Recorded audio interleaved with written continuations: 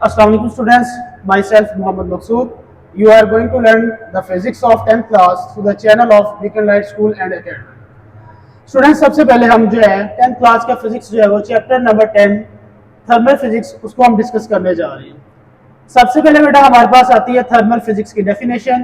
तो thermal physics को students हम डिफाइन किस तरह से कर सकते हैं, जैसा कि थर्मल का जो वर्ड है वो हमारे पास हीट से रिलेटेड है। तो यहाँ पे हमारे पास इसकी प्रॉपर डेफिनेशन लिखी हुई है, the branch of physics that deals with the how heat flow, यानी कि फिजिक्स की वो ब्रांच जो इस चीज के साथ डील करती है या इस चीज को स्टडी करती है कि हीट कैसे फ्लो करेगी, यानी कि एक जगह से दूसरी जगह हीट कैसे फ्लो करती है। How temperature of substance change, यानी कि आपके पास कोई भी सब्सटेंस है, कोई भी मटेरियल है, उसका टेम्परेचर कैसे चेंज होता है। उसके बाद and how heat energy is transfer, कि हमारे पास जो हीट एनर्जी है वो कैसे ट्रांसफर होती है एक बॉडी से दूसरी बॉडी के अंदर, कैसे जो वो एनर्जी ट्रांसफर होती है। तो इसको बेटा हम जो वो थर्मल फिजिक्स कहते हैं। अगर हम इसकी एप्लीकेशन पे जाएं, थर्मल फिजिक्स की एप्लीकेशन पे जाएं, तो ये टोटली जो है वो हमारी डेली लाइफ से रिलेट करती है। एप्लीकेशन की बेटा बात करें तो हमारी जो रेफ्रिजरेटर है, तो ये इसके अंदर थर्मल फिजिक्स की ये एप्लीकेशन है रेफ्रिजरेटर। अगर हम हीट इंजन की बात करें तो ये भी हमारे पास थर्मल फिजिक्स की एक प्रैक्टिकल एप्लीकेशन है डेली लाइफ की। उसके बाद बेटा अगर हम एसी की बात करें तो ये भी हमारे पास थर्मल फिजिक्स की एक एप्लीकेशन है। उसके बाद बेटा हम फर्स्ट ऑफ ऑल सबसे पहले टॉपिक के ऊपर चलते हैं कि थर्मल एक्सपेंशन क्या है, जो हमारे पास 10.1 है चैप्टर नंबर 12 का। थर्मल एक्सपेंशन क्या होती है? When solid is heated thermal expansion is change in length और वॉल्यूम, कि जब भी हम किसी भी सॉलिड को हीट करते हैं तो उस सॉलिड के अंदर क्या होता है? एक्सपेंशन होती है। या तो बेटा जब हम सॉलिड को हीट करेंगे या तो उसकी लेंथ के अंदर चेंज आएगा या उसके वॉल्यूम के अंदर क्या आएगा? चेंज आएगा। अब मैकेनिज्म क्या होता है? हमारे पास इसके दो मैकेनिज्म है। जब हम किसी भी सॉलिड को हीट करते हैं तो सॉलिड क्या करता है? जब हीट करते हैं तो सॉलिड के पार्टिकल क्या करते हैं? काइनेटिक एनर्जी गेन करते हैं, और काइनेटिक एनर्जी गेन करने की वजह से वो पार्टिकल क्या करते हैं? बड़ी तेजी के साथ मूव करते हैं और एक दूसरे से ज्यादा फासले के ऊपर चले जाते हैं, जिस वजह से मटेरियल क्या करता है? एक्सपैंड कर जाता है। उसके बाद जब हम किसी भी मटेरियल को कूल डाउन करते हैं, उसको ठंडा करते हैं, तो क्या होता है? वो पार्टिकल क्या करते हैं? अपनी एनर्जी को लॉस करते हैं। एनर्जी को लॉस करने की वजह से क्या करता है कि जो पार्टिकल होते हैं वो ऐसा ऐसा क्लोज मूव करते हैं। क्लोज मूव करने की वजह से क्या होता है कि वो मटेरियल कॉन्ट्रैक्ट कर जाता है।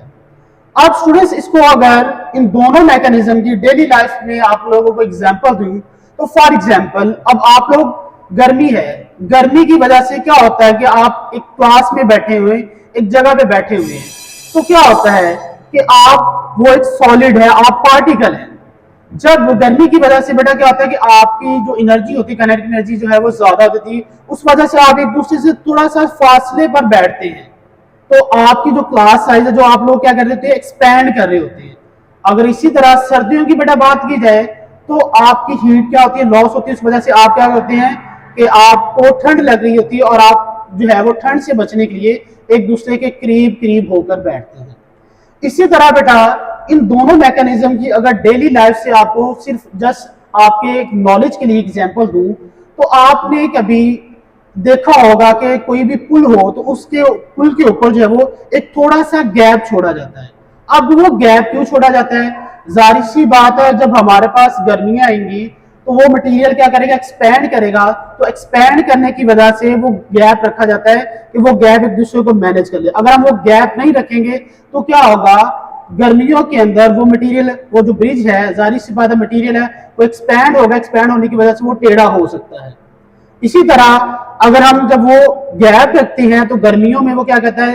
एक्सपैंड करके वो गैप एक दूसरे के साथ इस तरह से गैप क्लोज हो जाता है। जब सर्दियां आती हैं तो वो उसने, जाहिर सी बात है मटेरियल ने कॉन्ट्रैक्ट होना है, उस वजह से वो गैप थोड़ा सा जो है वो कम हो जाता है। आगे बेटा हम थर्मल एक्सपेंशन इन सॉलिड की बात करें, इसी के अंदर जो है हमारा नेक्स्ट टॉपिक बनता है थर्मल एक्सपेंशन इन सॉलिड। तो बेटा on heating solid expand and this expansion remain almost constant. जब हम किसी भी सॉलिड को हीट करते हैं तो वो जो एक्सपेंशन होती है सॉलिड के अंदर वो ऑलमोस्ट कांस्टेंट रहती है। ठीक है, this expansion is divided into two types, यानी कि ये बेटा जो हमारे पास एक्सपेंशन है ये दो तरह की हो सकती है। सबसे पहले बेटा हमारे पास आ जाती है linear expansion, linear thermal expansion, यानी कि जब हम सॉलिड को हीट करते हैं तो बेटा या तो उसकी लेंथ चेंज होगी या क्या होगा उसका वॉल्यूम चेंज होगा। तो अगर तो बेटा वॉल्यूम चेंज होगा उसको हम वॉल्यूम थर्मल एक्सपेंशन कहेंगे। तो सबसे पहले हम लीनियर थर्मल एक्सपेंशन की बात करते हैं। अगर तो स्टूडेंट्स हमारे पास सॉलिड को हीट करने पर उसकी लेंथ चेंज होती है, उसकी लेंथ इंक्रीज करती है, तो उसको हम कहते हैं लीनियर थर्मल एक्सपेंशन। तो बेटा हमने क्या किया, कंसीडर कि हमारे पास एक रॉड है, एक मटेरियल है, उसकी ओरिजिनल लेंथ जो है वो LO है और उसका जो ओरिजिनल टेम्परेचर है वो TO है। जब हम उसका टेम्परेचर जो है TO से चेंज करके उसका टेम्परेचर इंक्रीज करते हैं, TO से T कर देते हैं, तो उसके अंदर क्या होती है थर्मल एक्सपेंशन, यानी कि उसकी लेंथ इंक्रीज कर जाती है, यानी कि उसकी ओरिजिनल लेंथ LO से जो उसकी लेंथ है वो LAL हो जाती है। अब change in length delta L, या हम इसको इंक्रीज इन लेंथ कह सकते हैं, delta L is equal to L minus LO।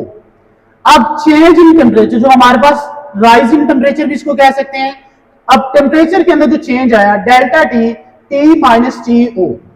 अब आप ये चीज देखी गई है बेटा, ये जो हमारे पास लेंथ के अंदर जो चेंज आता है वो ओरिजिनल लेंथ और चेंज इन टेम्परेचर के डायरेक्टली प्रोपोर्शनल होता है। मिसाल के तौर पर आप टेम्परेचर ज्यादा चेंज करेंगे तो उसकी लेंथ के अंदर ज्यादा चेंज आएगा। इसी तरह अगर उसकी ओरिजिनल लेंथ ज्यादा होगी तो अब जब हम उसकी लेंथ चेंज करेंगे उस लिहाज से उसकी लेंथ भी बहुत ज्यादा जो है वो चेंज होगी। अब स्टूडेंट्स जब हम इस प्रोपोर्शनैलिटी साइन को हटाते हैं तो यहाँ पे हमारे पास जो अल्फा है ये एक प्रोपोर्शनैलिटी कांस्टेंट है जिसे हम कोएफिशिएंट ऑफ लीनियर एक्सपेंशन कहते हैं। अब ये जो अल्फा होता है इसकी डिफरेंट सॉलिड के लिए इसकी जो वैल्यू होती है वो डिफरेंट होती है।